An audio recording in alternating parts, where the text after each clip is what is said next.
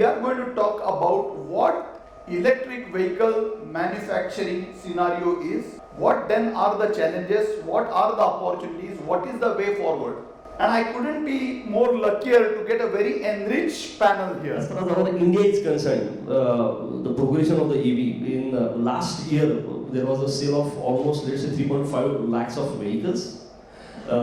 Unfortunately, hardly 4% of that particular segment was only for the passenger cars. The main sale was in 2 and 3 wheelers. Whatever is made first or going to be made first is to be tested for its performance, reliability, repeatability. So for that, testing standards are made by the governing bodies, regulating bodies, and AIS standards are there in terms of the performance, in terms of the safety, in terms of the range.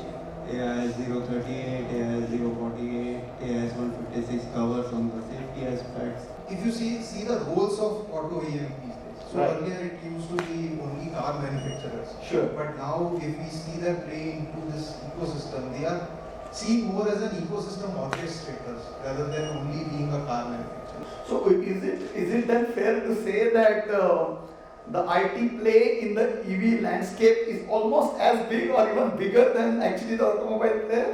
Absolutely. So it is more of a supporting or an enabler, I would say, for this entire thing. So if you import a cell, say from some country, and that same cell is working, if it's working for me, well and good. If it's not working for a country like India, where weather is quite different, the people whose requirements are different. So somebody needs more power per micron of the cell. Some need more pickup speed. So all these